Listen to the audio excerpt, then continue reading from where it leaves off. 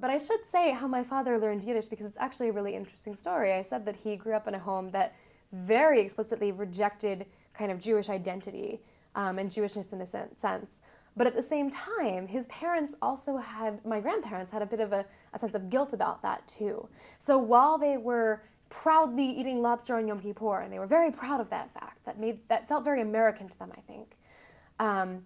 They also, at some point, decided to, my dad was in 3rd grade, to pull their kids out of public school and send them to the Orthodox Jewish day school down the street. So my father was a total social outcast in the school. He had no friends.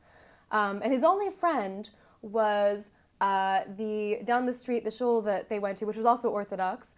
And again, the irony of this, doesn't escape me. But his only friend was this rabbi from Vilna, who really didn't speak very much English at all. And this was the only person who really took an interest in my dad, and he really was a friend to him, a very good friend to him, but he didn't speak very much English at all. So my dad decided if he was going to, first of all, if he was ever going to fit in at school, he had to learn things like the Jewish alphabet and kashrut and these various things, very important. But he also realized that, to build this friendship, this only person in his life who he had a close bond with, being teased by the kids at school all day, going to the rabbi for comfort, he needed to learn Yiddish. So my dad, as an 8-year-old, decided that he needed to learn Yiddish.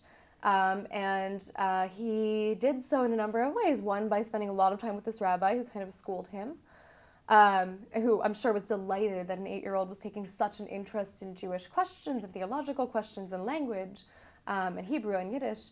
But my dad actually, he would go, he had no friends, so what would he do after school? He would go into Philadelphia from Camden. He would take the ferry or take the train over, and he would pretend to be a recent immigrant who didn't speak any English. And he'd go and try to find people who only spoke Yiddish. And that's how he practiced and that's how he learned. And then he'd go to the Yiddish theater and he'd go buy Yiddish newspapers. So he just kind of tried to pass as something that he wasn't, which was somebody who'd grown up in a very sort of Jewish home and who had these languages. So that's how my dad learned Yiddish.